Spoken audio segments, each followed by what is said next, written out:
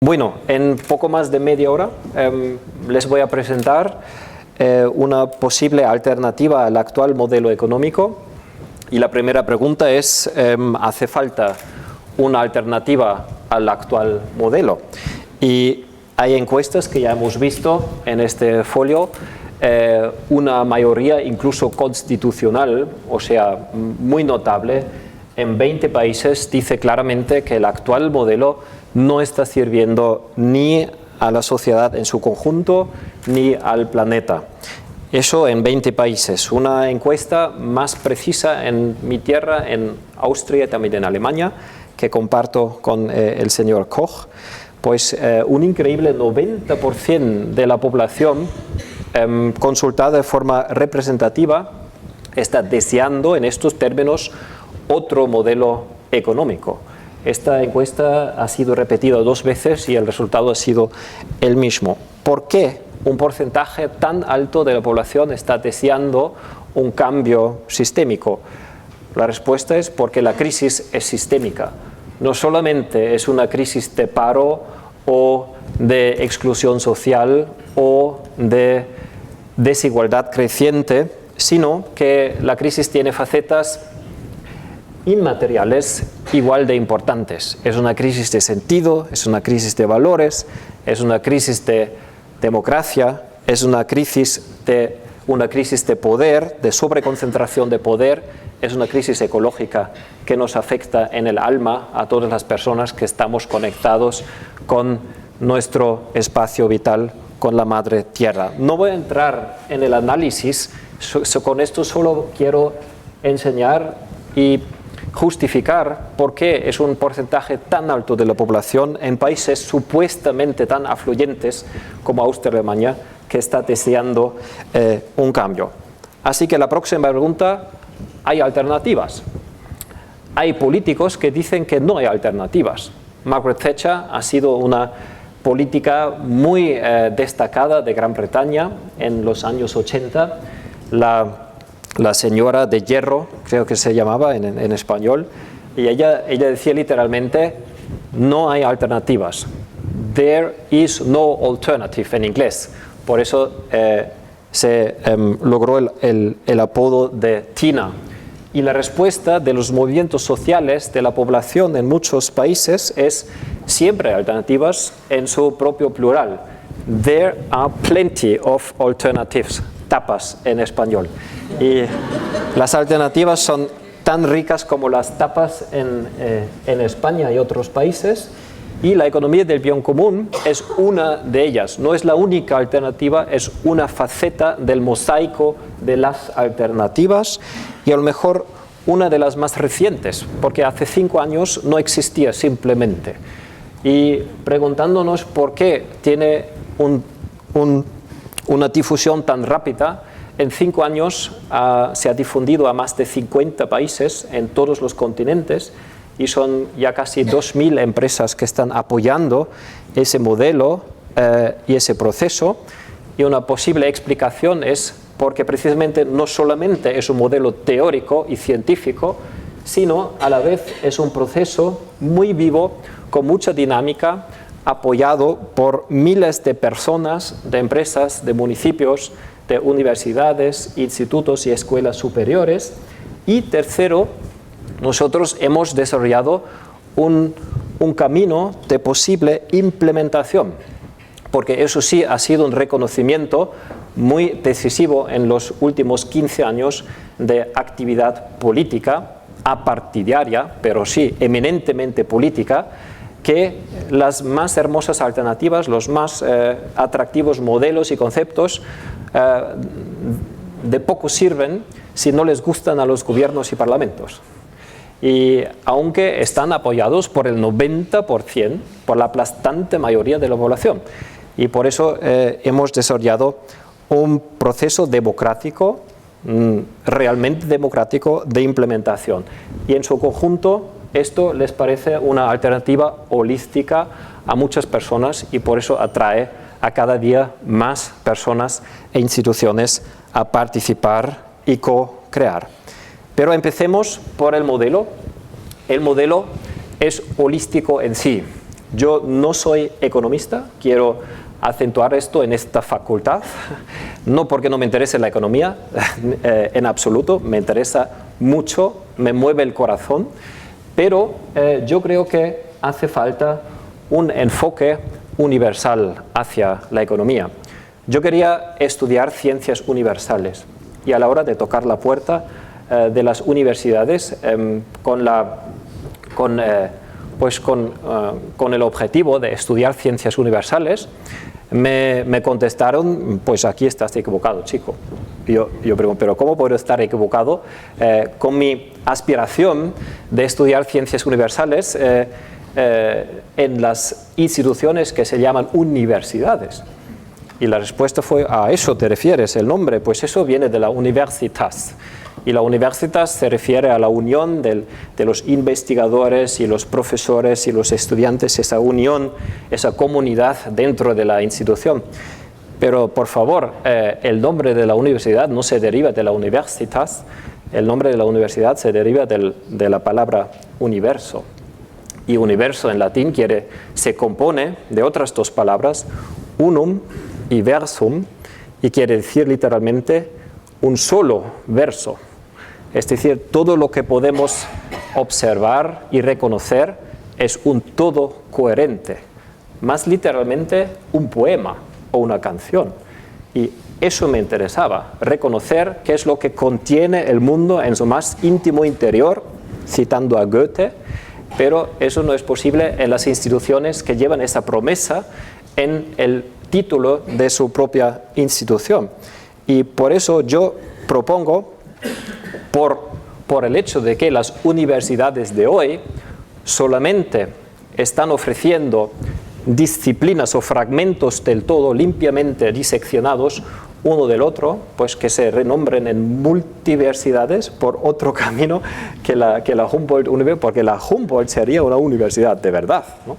Pero aquellas instituciones que ofrecen solamente fragmentos del todo, estas son multiversidades literales o poliversidades e incluso perversidades. Y eso no lo digo para provocar, sino como lingüista he estudiado.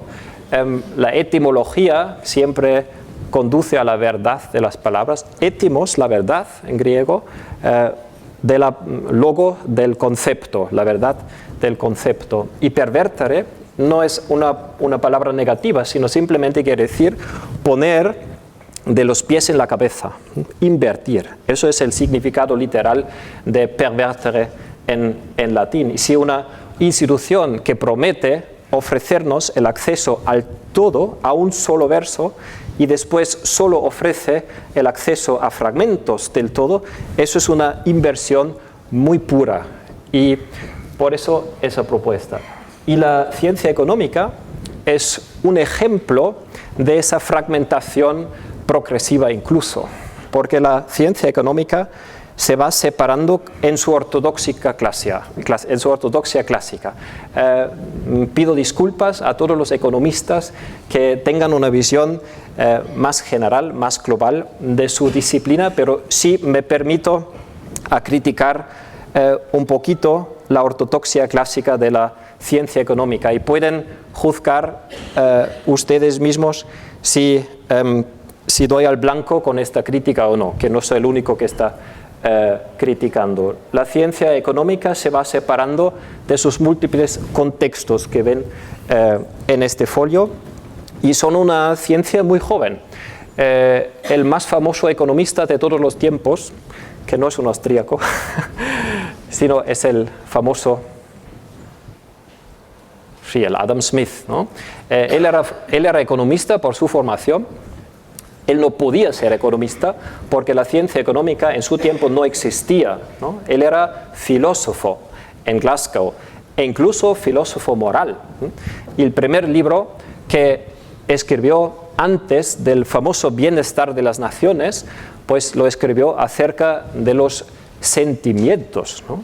Un economista escribió sobre valores y sentimientos antes de dar lugar a la ciencia económica clásica. Y solo después de Adam Smith se fue estableciendo la ciencia económica, y la primera cátedra de económicas en Cambridge, por ejemplo, se instauró solamente en el siglo XX, o sea, muy tarde. Y después experimentó un empauperamiento progresivo en términos intelectuales y holísticos. Y una anécdota lo describe muy bien. Una institución, la más renombrada, la London School of Economics, la famosa LSE, donde los mejores administradores de empresa se forman, pues a esa institución se le ofreció una cátedra de Business Ethics, ¿no?, de ética económica, en los años 90 del siglo pasado, o sea, muy recientemente. Y la famosa LSE negó esa oferta con el argumento de que no entendía qué tenía que ver lo uno, la ética, con lo otro, la economía. Eso no es un chiste, eso es un acontecimiento real. Luego la London Business School aceptó la misma cátedra, o sea, no todos eran así, pero el estado clímax de ese desarrollo es que el dinero se está convierto en el fin de la propia economía. Hay economistas contemporáneos, como por ejemplo Tomás Sedlacek de Chequia. Él describe la tendencia actual de la ortodoxia como una matematización, y la matematización de la economía es una matemática financiera, unas matemáticas financieras, y el objetivo de la economía es el dinero. Esa observación yo la comparto y la compruebo a la hora de preguntar a estudiantes y alumnos de colegios comerciales y también facultades de economía en muchas universidades sobre el objetivo de la economía.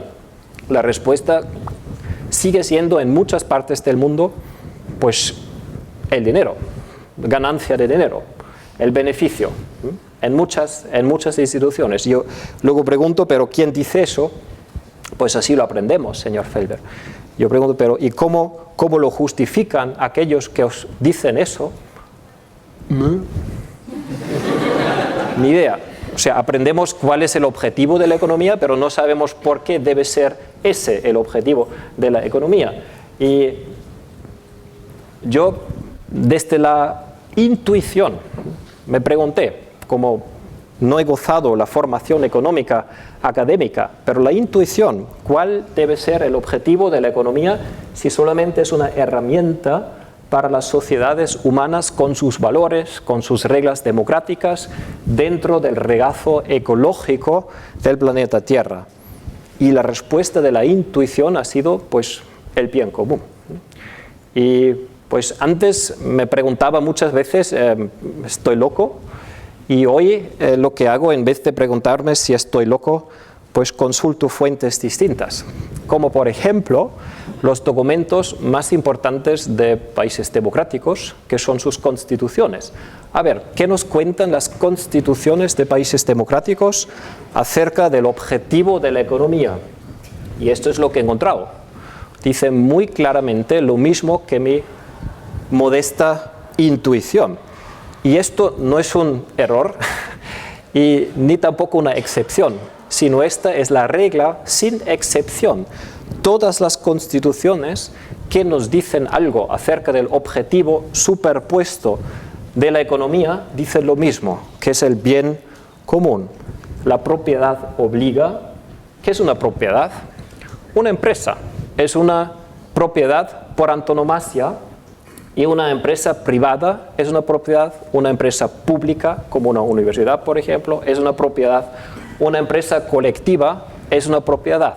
Y todas las propiedades están obligadas por la Constitución alemana, en este caso, a servir al objetivo superpuesto al bien común.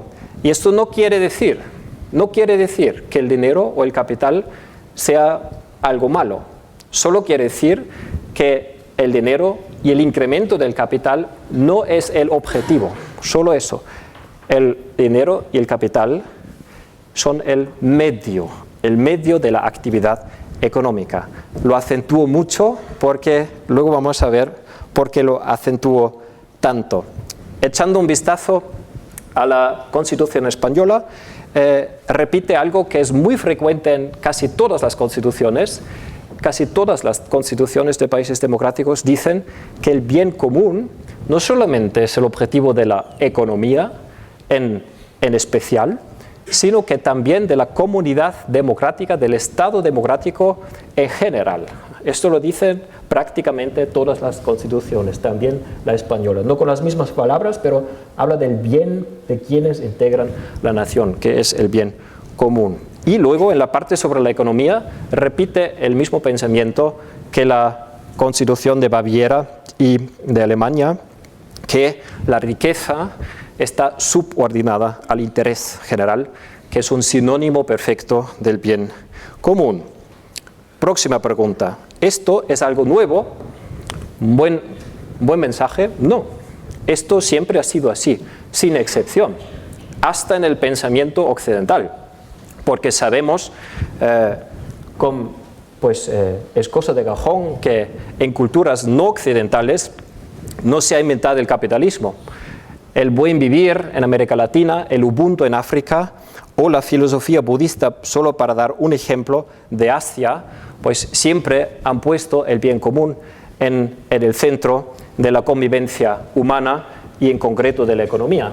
Pero hasta en Occidente, en las raíces del pensamiento occidental, este señor es Aristóteles, pues él diferenciaba dos tipos de practicar la economía. La primera, en la oikonomía, el dinero solamente es un medio para conseguir el fin de la economía que él definió como la buena vida, igual que en América Latina.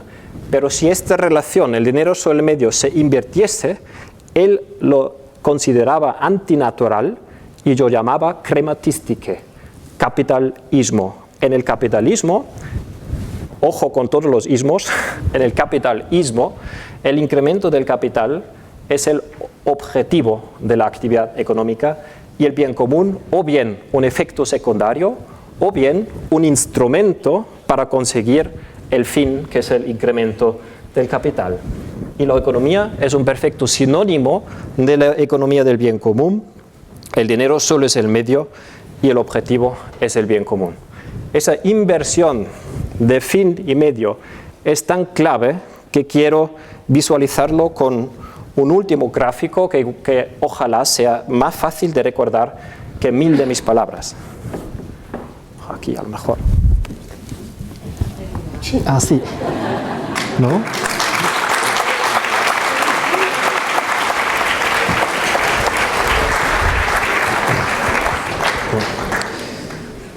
Y esto no para entretenerles, sino esto ojalá para que sea una lección inolvidable. ¿Por qué? Porque esto es decisivo a la hora de medir el éxito en la economía. Hoy, ¿cómo medimos el éxito en la economía?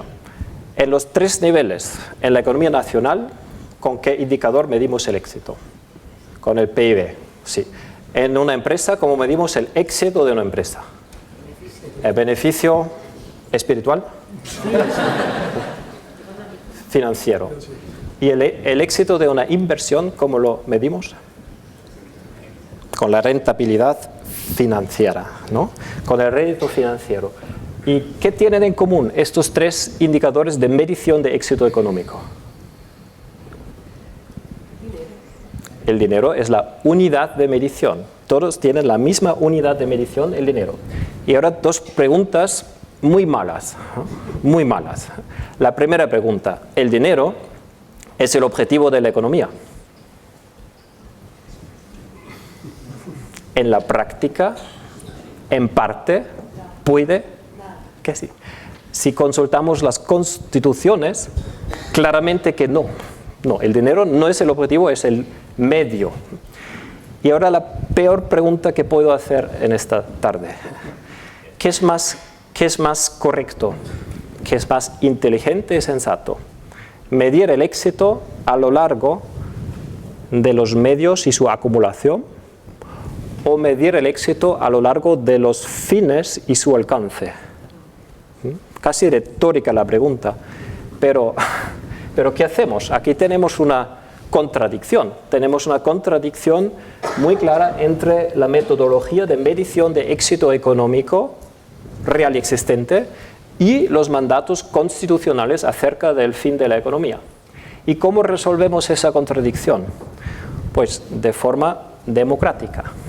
El movimiento del EBC no es dogmático, el bien común tiene que ser el fin del no sé cuántos. No, el movimiento del bien común es un movimiento democrático que el pueblo libre y soberano decida. Y si el pueblo libre y soberano decide que la acumulación del capital debe ser el objetivo de la actividad económica, porque de eso se deriva todo lo demás, pues entonces podemos continuar con la actual metodología de medición de éxito en la economía, pero tendríamos que cambiar las constituciones. El objetivo superpuesto es el incremento del capital. Si, otra posibilidad, el pueblo libre y soberano decidiera que está de acuerdo con las constituciones, pues entonces no tenemos que cambiar las constituciones, sino la metodología de cambiar el éxito económico ajustándolo al objetivo constitucional de la economía. Es la modesta contribución de la economía del bien común. Buena noticia, los primeros productos del bien común, para empezar arriba, ya existen. La propia OCDE ha desarrollado el índice de la vida mejor. Un think tank en Londres ha desarrollado el índice del planeta feliz. Y el más encantador de los productos del bien común es el Gross National Happiness del estadito enanito de Bután, ¿no? La felicidad nacional bruta. ¿Y qué hacen allí? Pues preguntan a los ciudadanos, cada 2 años, a miles de hogares, ¿cómo le va? ¿Cómo le va de verdad?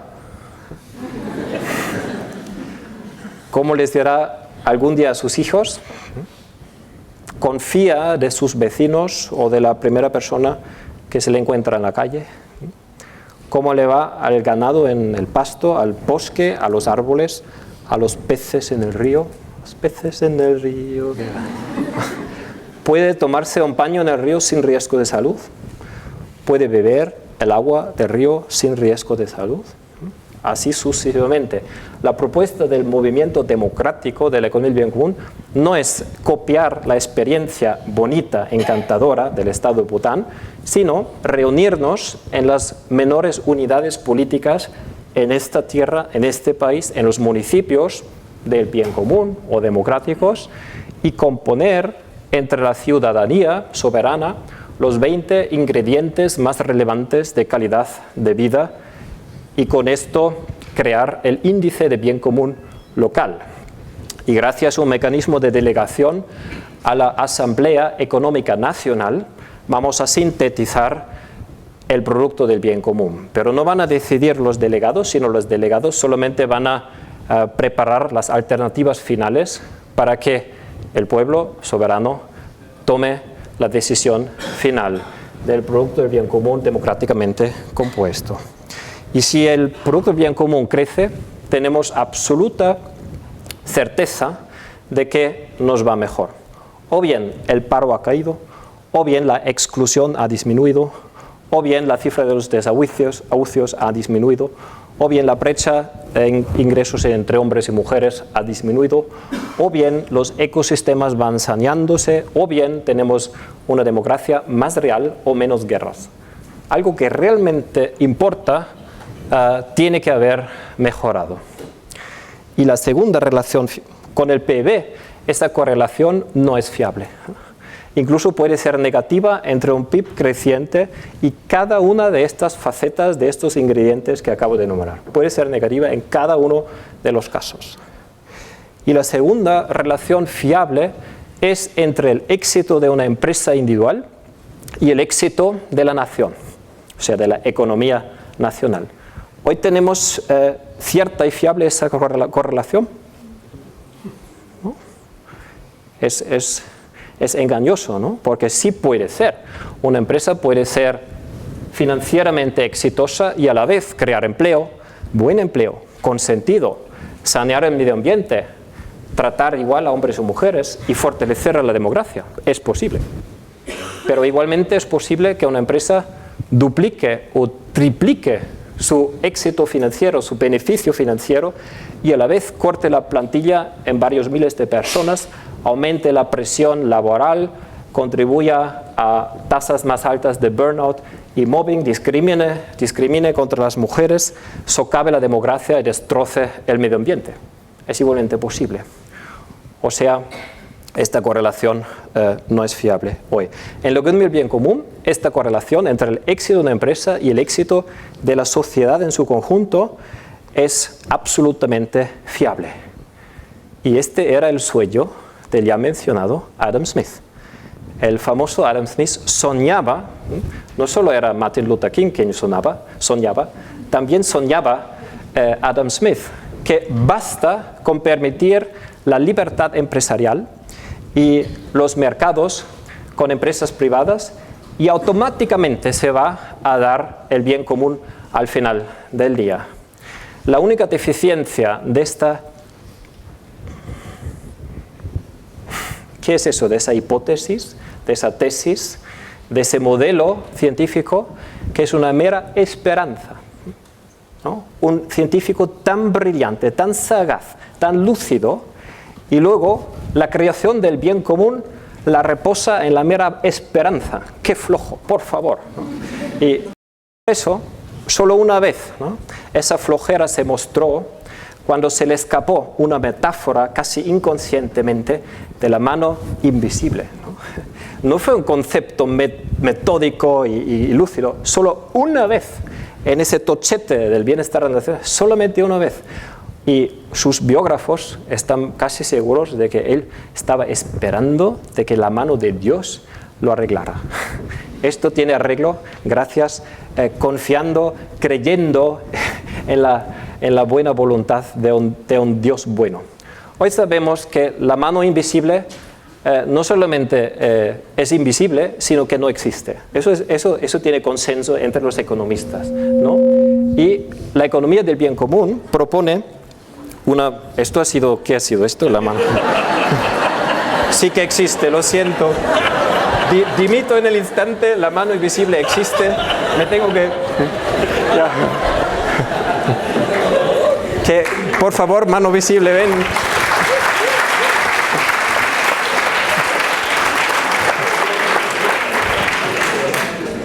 Preséntate y relévame, por favor. Bueno, aquí está, la mano visible, la visible, y la mano visible de la economía del bien común. Uf.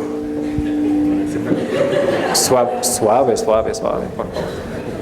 La mano visible de la economía del bien común, pues establece esa correlación entre el éxito de una empresa y el éxito de todos nosotros, incluyendo el planeta, incluyendo las generaciones futuras, de forma fiable y segura. La mano visible de la economía del bien común cumple por fin con el sueño de Adamito Smith. Pero hace falta agregar un elemento más a los mercados libres y a las empresas privadas. Hace falta un balance que mida el alcance del objetivo de la empresa según las constituciones. Si cambiamos las constituciones, pues podemos cambiar ese balance. Pero mientras las constituciones digan y nosotros confirmemos, y a propósito, esto no lo he contado, el propio gobierno federal alemán acaba de comprobar la hipótesis de la economía del bien común y preguntó a los alemanes de forma representativa, el gobierno alemán actual, ¿no? ¿Debe el PIB, el Producto Interior Bruto, continuar siendo el objetivo más alto de toda la política económica y social, o queréis que lo reemplacemos por una felicidad nacional bruta, un producto del bien común? Un increíble 18% de los alemanes contestó que el PIB debe seguir siendo el objetivo de toda la política económica y social. Y un 67% de los encuestados respondió pues mejor que reemplacemos el PIB por un indicador más representativo, más directo, que mida directamente lo que vale y lo que importa.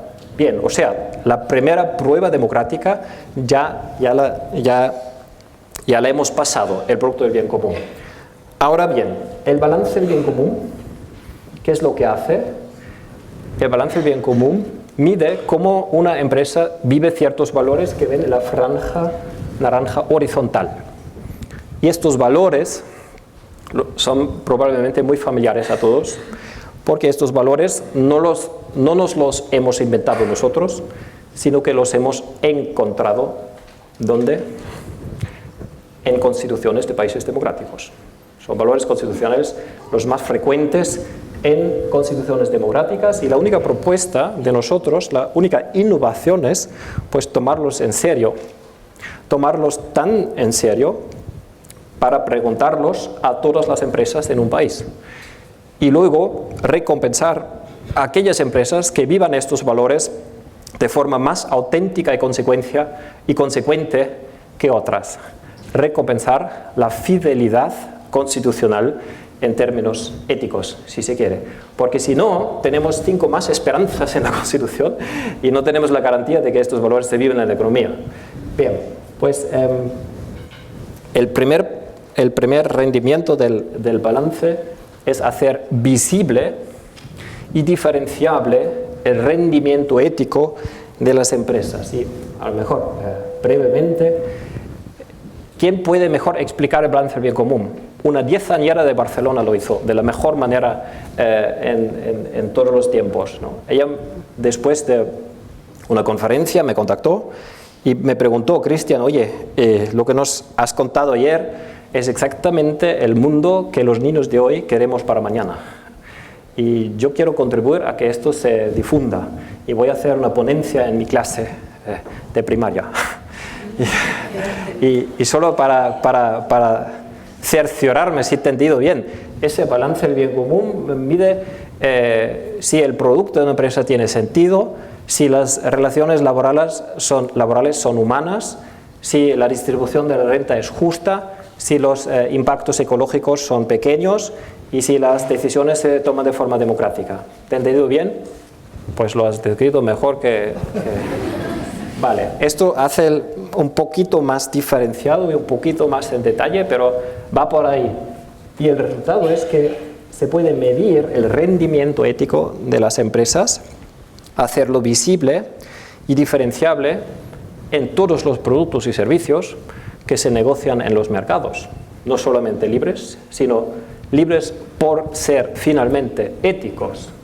Y en un solo vistazo el consumidor puede diferenciar las empresas éticas de las menos éticas. Y cada producto, este es un producto, nos va a contar si pasamos nuestro móvil acerca del código QR o si no utilizamos móviles por principio, podemos mirar en casa en el ordenador el balance ético de esa empresa.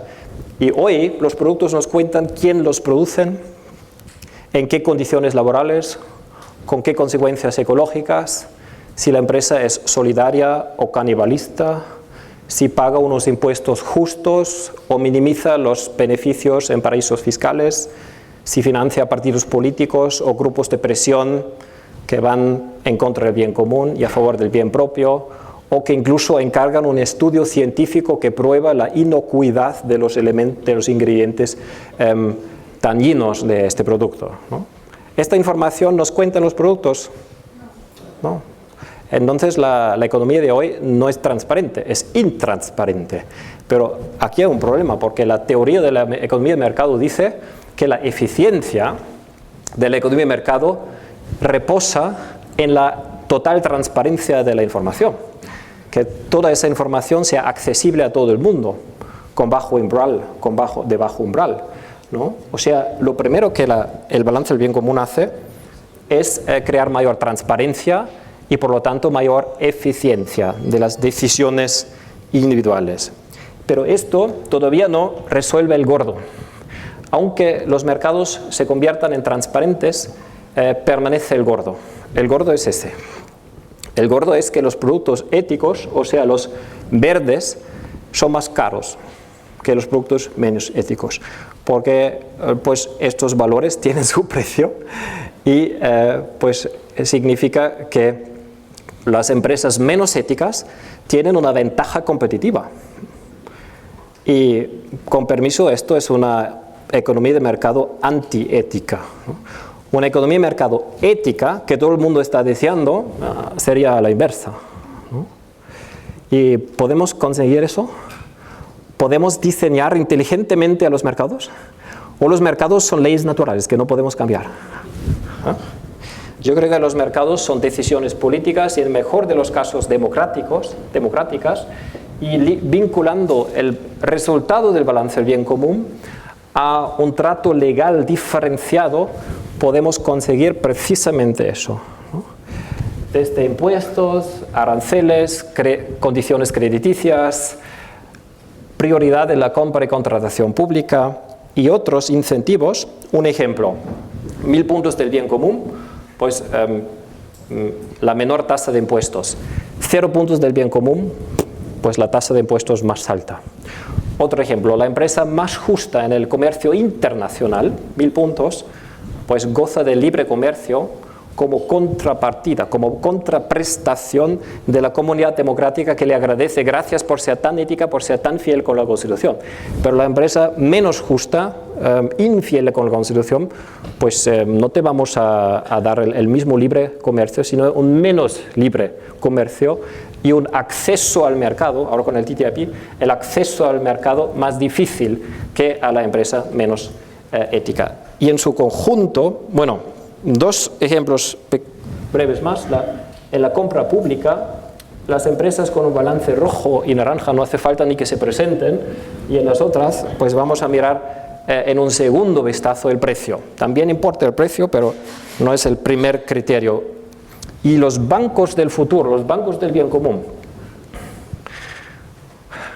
antes de hacer el examen de la viabilidad financiera del proyecto para el que se solicita financiación, pues antes hacen una evaluación ética. ¿Eso por qué? Porque con la evaluación financiera solamente se evalúa si ese proyecto da más recursos económicos de los que se invierte. Eso es un dato interesante, no es que no sea de interés. Pero yo creo que más interesante es la respuesta a la pregunta si esta inversión, este proyecto para el que solicito financiación, pues tiene un efecto, un impacto ecológico positivo o negativo, un efecto social positivo o negativo, un efecto humano positivo o negativo, un efecto cultural positivo o negativo, porque podría crear una plusvalía o una minusvalía ecológica, social, cultural y humana.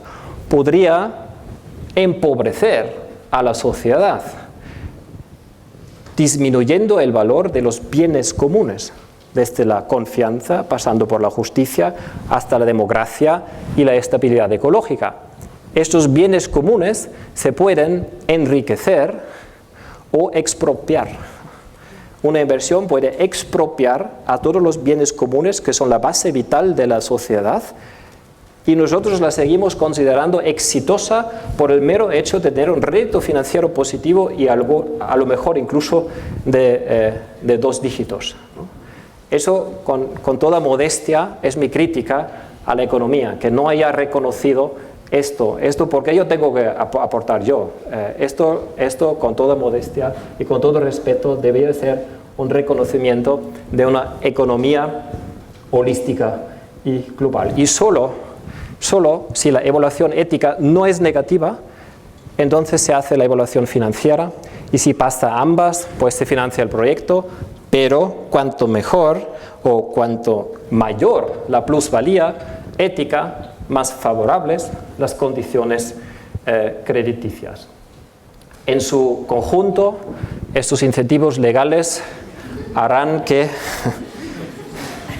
no es exactamente a lo que vamos, pero en su conjunto esto será un cambio de reglas de juego. Hoy las reglas de juego de la economía son afán de lucro y competencia, o más precisamente contrapetencia. Y la propuesta de la economía del bien común es cambiarlas por contribuir al bien común, totalmente conforme con las constituciones, y recompensar la cooperación y la solidaridad. La solidaridad sí es un valor constitucional, la competencia no es un valor constitucional en ninguna constitución de un país democrático. No la vais a encontrar entre los valores fundamentales de ninguna sociedad democrática. Por eso la propuesta solo es poner en congruencia las leyes del mercado, las reglas de juego, con los valores de la sociedad que ya tenemos, ¿no? Solo es un ejercicio de crear mayor coherencia. Y estas reglas de juego guiarían el comportamiento económico en otra dirección ética que estas. Estas lo que causan, en última consecuencia, es recompensar a las deficiencias humanas. En la economía no estamos observando tanta avidez y avaricia e irresponsabilidad y desconsideración, porque esto sea la naturaleza humana, aunque esto no pocos científicos nos siguen estando haciendo creer, sino porque las deficiencias humanas son recompensadas, ¿no? Son alentadas por reglas de juego mal pensadas. Y por eso esa propuesta, no porque creemos que el ser humano sea bueno, el ser humano es malo y bueno, y lo que podemos hacer nosotros es recompensar sus virtudes en vez de sus vicios. Y por eso creemos que las reglas de juego deberían cambiarse. Bien, pues yo creo que ya he consumido el total de mi tiempo, por eso tengo que preguntar al moderador si me da 3 minutos más o 1 minuto más. Tiene 3 minutos. Tiene 3 minutos más, porque el modelo es mucho más completo y no tenga miedo, no voy a entrar, solo indicar el modelo, pues requiere horas y horas de presentarlo. No, he hablado del proceso de implementación. El proceso de implementación es una reforma profunda de la democracia. Hoy todo el mundo está de acuerdo con que queremos una democracia real. Muy bien, yo también, yo quiero una democracia más real. Pero ¿en qué consiste una democracia más real? Y la propuesta de la economía del bien común es una democracia soberana. Y de nuevo, ya he confesado que soy lingüista, esto se puede entender de forma literal. ¿Alguien sabe de qué palabra en latín se deriva el principio de la soberanía? Yo estudié ciencias políticas y no me lo he enseñado. La soberanía, por supuesto que sí, claro que sí, principio clave de la democracia, pero ¿qué significa? En latín se deriva de la palabra superanus y quiere decir por encima de todos. A ver, ¿quién es la instancia soberana en la democracia? El pueblo. Lo sabemos, siempre lo hemos sabido, pero lo hemos sentido. Alguien ha tratado de sentir, cerrar los ojos y nosotros somos por encima de todo. ¡Oh, coño! ¿Qué quiere decir? Por encima. No, en serio, si estuviéramos, ¿no? Porque no estamos, si estuviéramos, estaríamos por encima de la Constitución, por encima del Parlamento, por encima del gobierno, por encima de cada ley y todo lo demás. Y podríamos cambiar estos elementos por debajo de nosotros en cada momento, si queremos. Pero para eso hacen falta derechos soberanos, no derechos fundamentales individuales que ya tenemos, y muy bien que los tengamos, estoy feliz, pero no tenemos derechos soberanos colectivos. ¿Sí? No están aquí, me los he perdido en el camino, lo siento. Pues como por ejemplo, instituir un gobierno concreto y destituirlo. Como por ejemplo, impedir que el Parlamento despida una ley concreta y despedir nosotros una ley concreta. Como por ejemplo, mandar las negociaciones para un acuerdo internacional y votar sobre el resultado de las negociaciones. O emitir el dinero. Pero el más importante derecho fundamental colectivo sería el derecho exclusivo de redactar, adoptar y cambiar la Constitución. ¿Por qué este? porque la Constitución es el texto más alto, más importante de la democracia. Y pregunto, ¿quién, si no la instancia más alta, debe redactar y decidir sobre el texto más alto de la democracia? Eso creo que es lógica, es gramática, política. ¿Y por qué eso es tan importante? Porque si nuestros representantes, Parlamento y Gobierno, redactaran y adoptaran la Constitución o la cambiaran según su antojo, pues entonces ellos se pueden conferir todo el poder y a nosotros darnos ningún poder. No power for the people. Esa es la realidad en el Tratado Europeo y las constituciones de los países miembros en su gran mayoría. Segundo, si el pueblo redacta la Constitución, pues lo primero que se nos ocurre es pues reservarnos los derechos soberanos para que no seamos impotentes entre las fechas de ¿cómo se dice?, de elección, ¿no? O sea, muy bien, vamos a votar todos y después seremos impotentes de nuevo, ¿no? ¿Durante cuántos años en España? 4 años, ¿no? En Austria 5 años. ¿Quién lo ha decidido? El gobierno y el parlamento, sin preguntar a la instancia a la que se está recortando sus muy pobres derechos. Pues el gobierno, el parlamento dice, tú puedes votar pues de aquí en adelante pues cada 5 años, ¿no? Porque a nosotros nos gusta tener más poder todavía, ¿no? Segundo, porque es tan importante que la Constitución sea redactada por el pueblo para dar las pautas, las directrices generales en cada campo político. En la política económica, solamente por empezar, para que los fundamentos del orden económico de mañana sean en coherencia con las prioridades, las necesidades y los valores del pueblo ciudadano.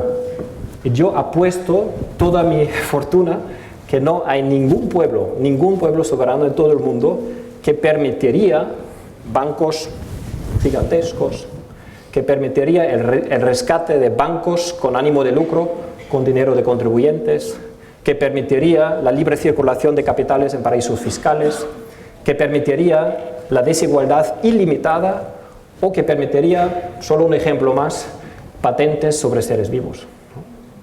Pero estas son decisiones muy concretas de parlamentos y gobiernos de los más distintos colores, de los más distintos países.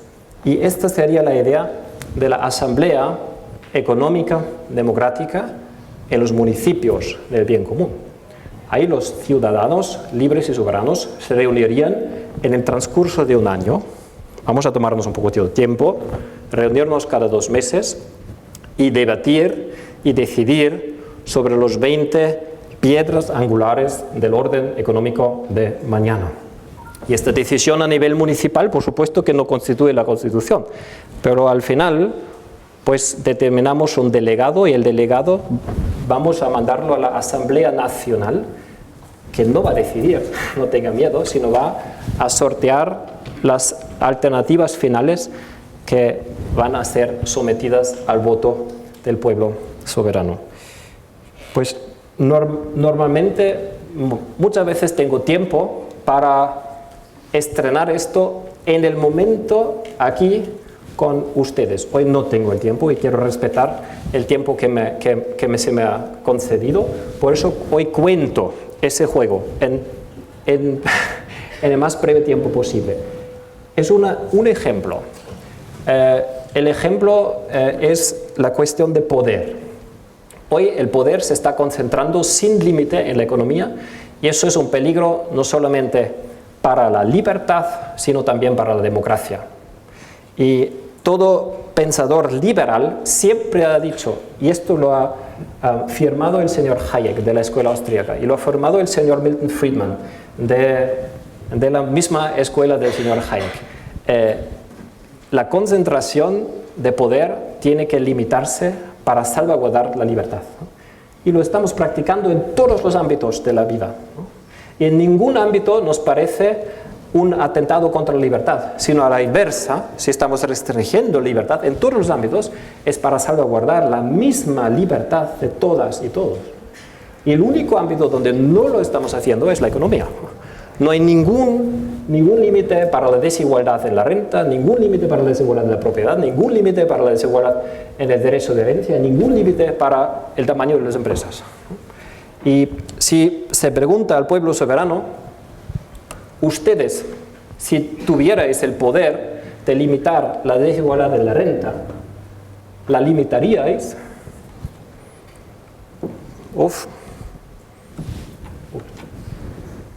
El pueblo soberano decide en 500 ocasiones con 50.000 participantes, pues sí lo vamos a limitar en un factor máximo de 10 veces los ingresos máximos en comparación con el salario mínimo legal. O sea, puede haber desigualdad, esa no es la cuestión. Sí puede haber desigualdad, pero limitada en un factor 10, quizás en un factor 5 o 7 o 12 o 15 o 20, por ahí. Pero seguramente no en el factor 1000, es la decisión del Parlamento austríaco, seguramente que no en el factor 5000, decisión del Parlamento alemán, y seguramente no en el factor 360.000 veces, que es la decisión del Congreso de Estados Unidos. Eso es solo un ejemplo porque en las cuestiones fundamentales es importante que decida el pueblo y no sus representantes. Aquí tengo estos ejemplos. El juego es muy inteligente porque se pueden hacer una cantidad ilimitada de propuestas que son en las columnas de izquierda, son las propuestas, la desigualdad máxima. En la columna derecha se mide la resistencia, brazos levantados, y gana la propuesta que genera o provoca la menor resistencia, el menor dolor en la población. Y casi siempre gana el factor 10, aunque se proponga pues, lo más diverso. Bien, y el último minuto, y prometo que no sea más de un minuto, lo utilizo para presentar el estado actual del movimiento. Empezó una docena de pequeñas y medianas empresas en Austria. Hoy son más de 1.900 empresas en 40 países. 350 han implementado el balance del bien común hasta el estado final. 3 bancos, entidades públicas, esto es una universidad de ciencias aplicadas. Hemos creado 17 asociaciones, entre otras la del archipiélago en Canarias. Y, ¿qué más? Pues existen los primeros municipios del bien común. Sé que hay un interés creciente en municipios en el archipiélago. Los primeros gobiernos regionales han decidido promover a las empresas y municipios orientados al bien común, y un éxito muy notable lo hemos conseguido a nivel europeo en el Comité Económico y Social Europeo. Es un comité muy representativo de todos los sectores de la sociedad, 350 miembros. Ellos han redactado un dictamen de 10 páginas y han votado acerca del dictamen en septiembre, y un increíble 86% de los miembros del Comité Económico y Social Europeo ha votado a favor de la economía del bien común y su inclusión en el marco legal de la Unión Europea y sus países miembros. Nosotros seguimos nuestra estrategia de abajo hacia arriba, empezando por las unidades menores de la sociedad. Y os invito, siendo estas unidades menores de la sociedad, a participar e involucraros, y os agradezco muchísimo vuestra atención.